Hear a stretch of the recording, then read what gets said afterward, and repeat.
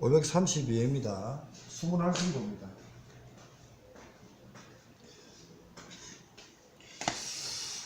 수분 활성도는 뭐냐면은 어체에 수분이 많기 때문에 미생물이 정식을 합니다. 정식을 하는데 결합수 말고 자유수와 중결합수를 활용합니다. 결국은 뭡니까? 이 미생물이 발육 생성을 못하게끔 수분을 좀 조절할 수 있는 방안이 뭔가 해가지고 교수님들이 대안을 찾아가 측정하는 것이 수분 활성도입니다. 그래서 보통 대학 교재 등 보면요, 수분 활성도는 건제품에 많이 나오거든요. 건제품 마를 때. 그래서 그 전체를 다 본다. 그렇지만 수분이라는 개념에 봐서는 어디라도 다 써볼 수는 있을 것 같는데, 대학 교재에서는 건제법에서 수분 활성도가 나온다, 이런 얘기를 좀 보시면 될 것 같고요. 그 다음에 여기서는 수분 활성도란 것은 아까 금방 말씀대로 미생물 세균의 발육이 어떻게 하면 억제가 될까? 그럼 신선도 어떻게 유지하고 어떻게 하면 부패를 방지할까? 이런 개념이 수분 활성도입니다. 그래서 이제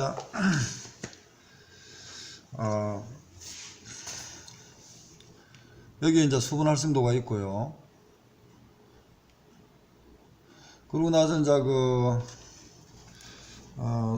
제가 다시 읽어보면요, 어육의 수분 함량과 저장성과 관련하여 미생물 발육을 억제되는 조건이 어육의 수분 함량 40% 이하로 유지하며 세균 발육이 억제되고 상온에서도 수산물 변폐가 방지되고 장기간 저장이 합니다. 그걸 수분에 대한 어떤 범위를 찾아보는 것이 수분 활성도입니다. 이와 같이 수분 활성도인데, 이는 공기 중에 공기가 오타네요. 다시 해야 되는데, 공기 중에 습도가 낮으면 어체로부터 수분을 증발하게 되고, 반대로 습도가 높으면 어체는 흡습하게 되어 결국은 팽이게 됩니다. 이것이 등온, 등섭, 곡선이라 합니다. 등온, 등섭, 곡선이라 하죠. 수분 활성도와 등온, 등섭, 곡선의 관계입니다. 결국은 미생물 발육에 상대 속도를 영향을 미치는 것인데, 어육의 수분 함량이 아니라 미치는 것은 어육의 수분 함량이 아니라 수분 활성도와 관계가 된다, 이렇게 교수들은 정의를 합니다.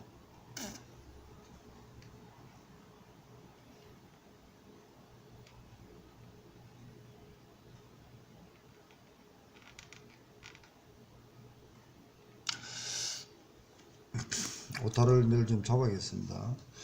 이를 일원화시킨 것이 AW 수분 활성도 및 등온, 흡석, 방출 곡선입니다. AW 수분 활성도는 식품에 들어있는 물의 자유도를 나타내는 지표로 수분의 식품이 나타내는 전기압과 그 온도에서 순수한 물의 전기압의 비를 나타낸답니다. 그래서 미생물 발육에 이용되는 수분은 자유수와 중결합수의 일부입니다. 미생물이 발육 가능한 것은 수분 활성도가 세균은 0.90, 호모는 0.88, 곰팡이는 0.80 정도입니다. 보통 수분 활성도는 0.98에서 90입니다. 수산 건제품에는 0.60에서 64 정도가 발육에 된답니다. 그러면은 이것보다 다운 시켜야 됩니까?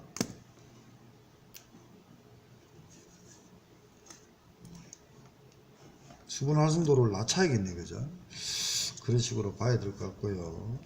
그 다음에 이제 등온, 흡석, 방출 곡선은 수분 함량과 수분 활성도의 관계를 나타내는 곡선이고, 어육과 주어진 온도에서 평형화 과정을 나타낸다.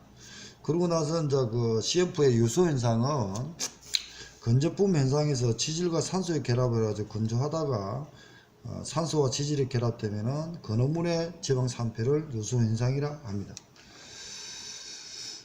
그 다음에 이제 자유수와 결합수입니다. 이게 우리 1차에서 기출이 나왔습니다. 자유수와 결합수. 수분은 열 역학적인 운동이 자유로운 자유수와 식품 성분인 단백질이나 당질 같은 것에 결합해 있는 결합수가 있습니다. 당질 같은 게 결합되어 있으면 결합수. 잘못 다른 데서 이렇게 침입이 안 되겠네요. 그래서 결합수는 보통 액체와 달리 단단하게 결합되어 있으므로 0도 이하에서 얼지 않는 물로 마이너스 20, 30도에서도 얼지 않으며 용매로도 정되지 않고 미생물 포자에 발하나 번식에도 이용될 수 없습니다. 그래서 그 2번이 기출문제였습니다. 그리고 나서 결합력은 상대의 극성계에 따라 강약이 있으므로 결합력의 차이가 있고, 자 4번요. 미생물 발육에 이용되는 수분은 자유수와 중결합수의 일부이므로 어육에는 결합력이 강한 결합수가 미생물 번식을 막아 안전하게 저장할 수 있다는 겁니다. 결합수는 hợp착수로서 hợp착이론의 기초가 되며 식품의 구성 부분과 수소 결합을 하고 있는 것이다. hợp착 딱 달아붙는다는 거네요. 그 다음에 이제 보수성이라는 말을 여기서 이제 언급이 되더라. 그런데 대학 교수들이 깊이는 안 들어가 있습니다. 그래서도 지금 이해가 잘 안 되는 것도 있고요.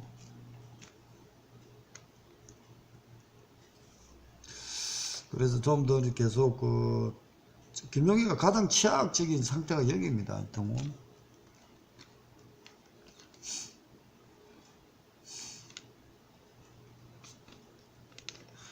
저도 이제 많이 보고 이해를 하려고 합니다. 그래서 이제 결국은 자유수와 준자유수는 미생물이 이용할 수 있고 결합수는 이용을 못한다. 결합수는 그리고 또 이용도 못하지만 용매도 안 되더라. 뭐 이런 식으로 하더라. 일단 기출이었습니다. 자, 보수성입니다. 여기 보수성이라는 건 어제도 오프라인 일요일날 강의할 때 토요일날 질문을 하시더라고. 근데 보수성이란 어육에 원래 가지고 있는 수분이나 첨가된 수분을 그대로 받아들일 수 있는 능력을 보수성이라 합니다. 그러니까 있는 수분이나 그대로 유지하려는 능력이죠. 흡수할 수 있는 능력, 물을 받아들일 수 있는 능력, 응집하는 능력을 보수성이라 한다. 그래서 여기서 대학 교수도 이 정도만 얘기하고 바로 밑에 이론을 들어가거든요. 그래서 이제 보수성의 분류는 보수성을 강화시키는 건데 어육의 pH와 수화입니다. 등정점에서 최소이지만 등정점보다 산이나 알칼리 첨가에 의하여 수화성이 정제된답니다. 어육 중 금속 성분과 보수성, 칼륨 K, 어육의 보수성을 저하되나 나트륨은 소금이네요. 어육의 보수성을 저하한다. 소금은 이제 나트륨이 딱 들어가면 어육이 삼투압 때문에 저것끼리는 막 뭉치는 개념이 있나 봐요. 염류의 보수성입니다. 어육 가공에 첨가되는 소금과 같은 염류는 어육 제품의 보수성, 결착성, 조직 보존성을 영향을 주는데 어육의 pH가 육 단백질의 등전점보다 산성 쪽에 있을 때, 산성이라는 말이 계속 나옵니다. 육에 대한 어미온이 결합이 강할수록 육의 보수성이 감소되고 양이온의 결합이 강할수록 보수성이 증가된다. 참 추상적입니다. 이거 뭐냐면은 뭐 생물학이라든지 뭐 이렇게 전공하는 사람들은 너무 추상적입니다. 인산염의 보수효과입니다. 수산 연제품이나 냉동 용유 등에 제조하여 보수성과 결착성을 높이기 위해서 첨가합니다. 그러면 저기 인산염이라든지 당 같은 거 연제품을 할 때 망상 구조를 결합 더 향상시키기 위해서 뭐 설탕 같은 거, 당 같은 거 첨가하죠. 그리고 냉동에도 방지할 수도 있고 뭐 이런 얘기를 하는데요. 그러면서 서로 어떤 망상 구조로 결합을 더 시키는 게 당이랍니다. 당, 인산염, 보수 효과 이런 식으로 그러니까 좀 알 것 같으면서도 잘 이해가 안 가는 파트입니다. 일단 이 정도 해가지고 또 이렇게 계속 고민해 보겠습니다. 그 다음에 이제 건제품입니다. 건조법, 건제품 이런 식으로 보시면 될 것 같습니다. 일단 말린다는 거죠. 어떻게 말리느냐 이런 문제가 있겠지만 말립니다. 수분 활성을 저하여 결국 수분이잖아요. 미생물 생육과 호소의 작용을 억제하여 보장성 등 활용하는 방법이다. 보장성이냐 보수성이냐, 너희는 보수성 등을 억제하여 보수성을 활용한다. 보장보다 보수성이 나을 것 같는데요. 보수성 등을 활용한 거다. 서로 응집하는 걸 활용하는 것이 보수성이다. 이렇게 보는 게 좋겠습니다. 보장이 아닌 것 같습니다. 보수성으로 바꿉니다. 그러나 개념, 식품은 비교적 수분 함량이 높으므로 건조시켜야 이 수분을 제거하여 식품의 보존성을 높일 수 있다. 식품을 불이나 햇빛에 말려서 건조시킬 수 있으므로 건조법은 저장본 중에서 가장 오래된 것으로 추측된다.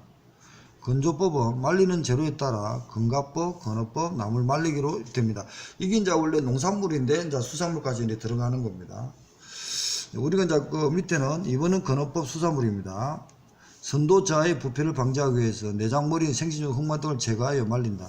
말리기 전에 처리 방법에 따라 소금법 그대로 말린다. 적은법 익혀서 말린다. 그리고 동건법 얼려 말린다. 연건법 소금을 절여 말린 법 등이 분류됩니다. 주로 말리는 어로에는 청어, 조기, 맹태, 새우, 오징어, 문어 등이 있고, 맹태 말리는 것을 북어라 하고, 우리나라의 독특한 수산 건조식품으로서 오늘날 간호, 상제 등의 의식에 빼놓을 수 없는 건어물이 북어입니다. 연한 고기를 곱게 두드려 기름, 장, 후추 등을 바른 후 햇빛에 말린 연포, 편포, 약포 등도 육류 건조식품에, 그거는 육류에서 하는 거고요. 우리는 건어물 쪽으로 하는 거고, 이렇게 하더라.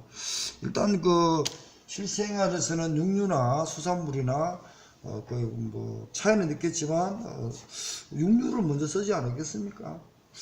그런가? 이런 게 이제 건조법이다. 이렇게 보시고요. 자, 건조법의 종류입니다. 이제 우리 수산물로 관계되는 겁니다. 천일 건조법은 태양의 복사열로 수분을 증발하는 겁니다. 그 다음에 진공 건조법은 대기압 이하의 압력으로 물의 비등점이 낮아져서 원리를 이용하는 겁니다.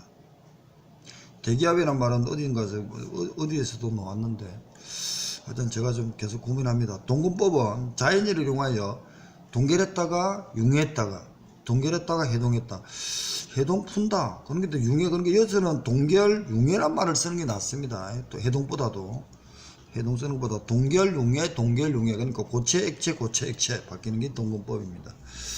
동결 건조법은 동결 상태의 빙결정 얼음덩이를 높여 진공 상태에서 승화시킵니다.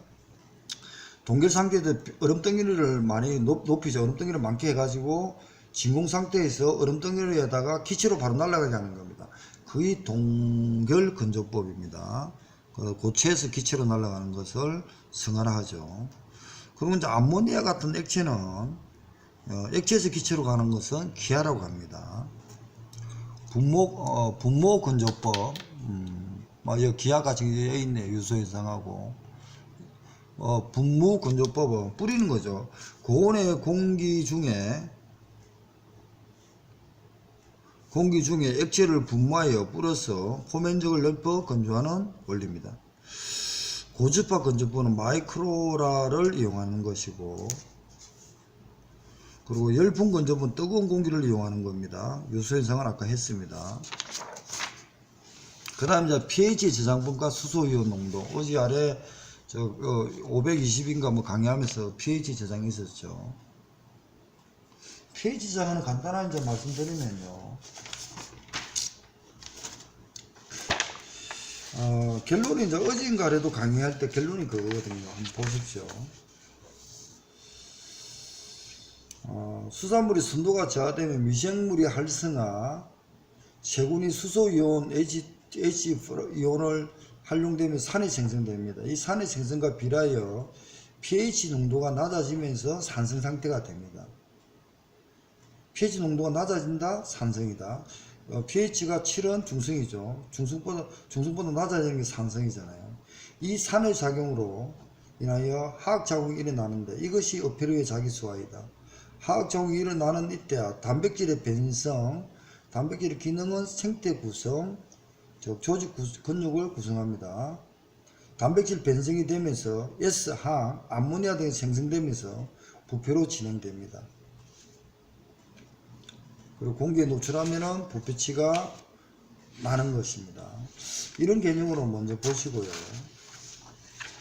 그러니까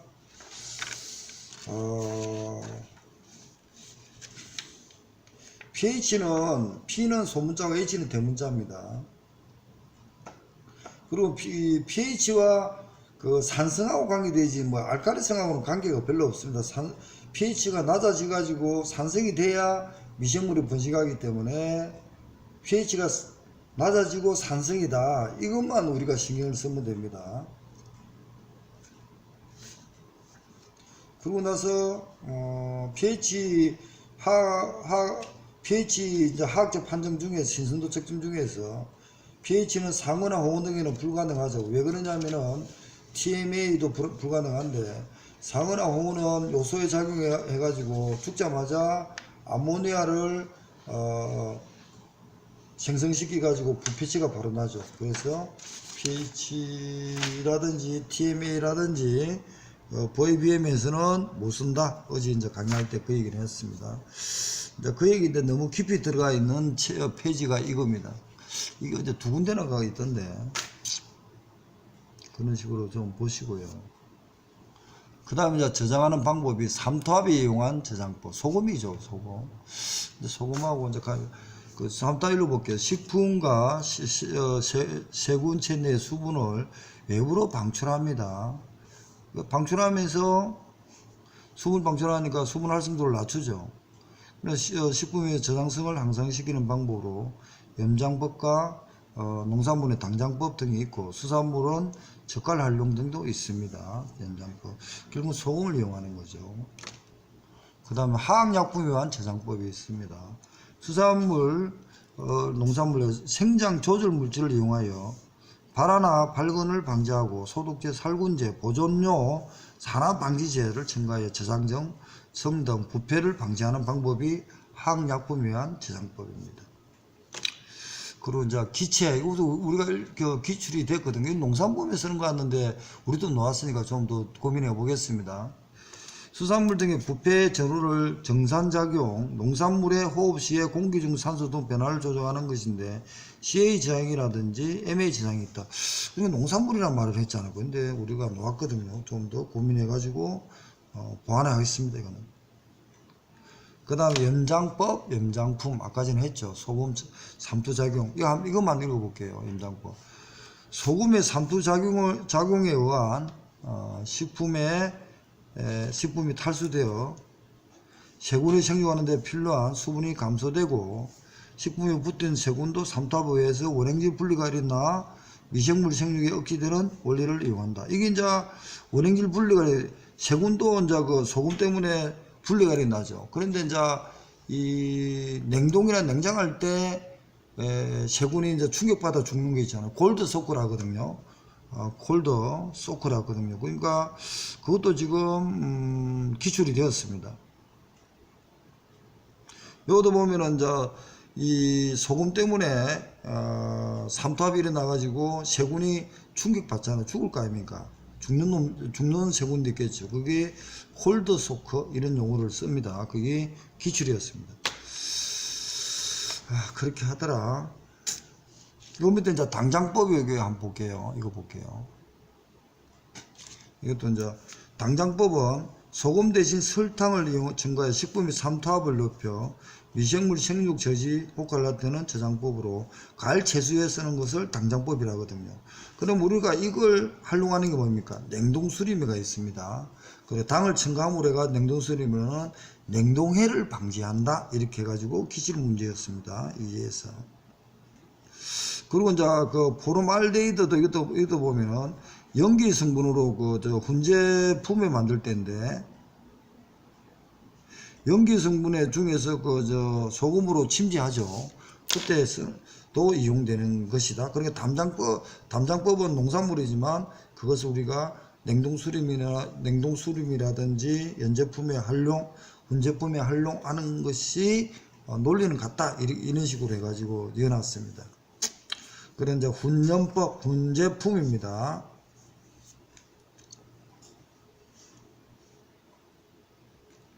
훈제품은 어루 같은 어떤 소금에 어루에 소금을 절이는 참나무, 자작, 나무 등의 목재에 불안전한 연소시켜 이 연기 성분, 연기의 화학 성분 포름알데히드, 포름알데히드 뭐 이렇게 다양하게 쓰던데 표준말은 포름알데히드더라고요.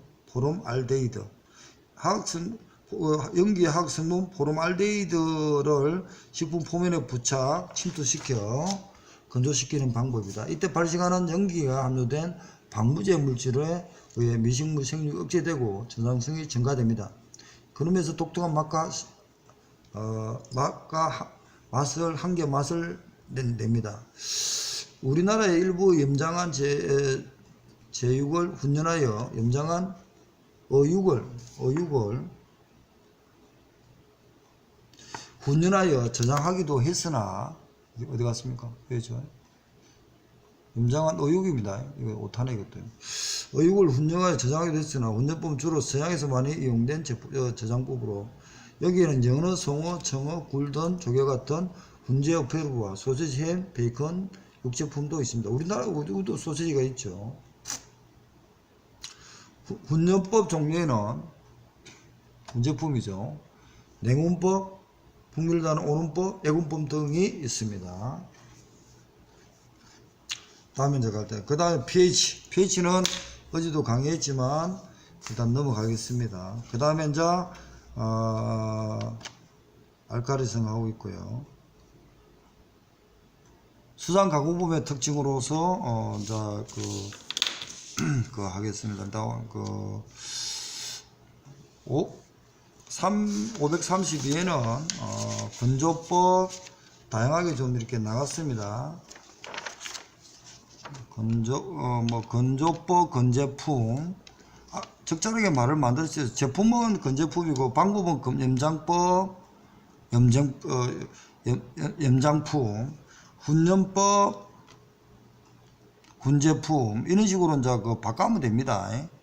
작년에 강의할 때 누가 그 말을 잘못 써갔다고 이렇게 질문하고 맞냐 안 맞냐 얘기를 하더라고요. 아니 김용기도 틀릴 수 있는 거죠 뭐. 그렇지만 계속 바꾸려고 노력합니다. 그래서 제가 지금 틀린 거 있으면은 알려주십시오. 알려줘가지고 서로 해 나가면 되지. 뭐 김용기가 맞니 안 맞니 이렇게 하는 거는 좀 그렇습니다.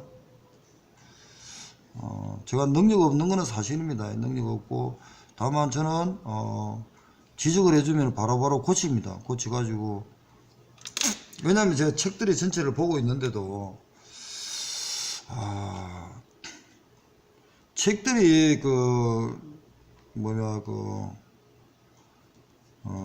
정립이 제대로 되어 있지 않습니다. 솔직히 대학 교수도 마찬가지고. 그래서 저도 아주 능력도 딸리고 해가지고 하니까 많이 배우고 있으니까 뭐가 잘못된 거 있으면 알려주시기 바랍니다. 좀 쉬었다가 533회를 수산 가공품이죠. 한번 어디 있습니까? 네.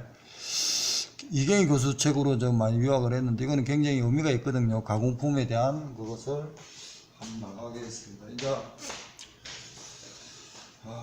지금 천천히 나가는 이유가 있습니다. 이제 좀 쉬었다가 수산 가공품에 나가겠습니다.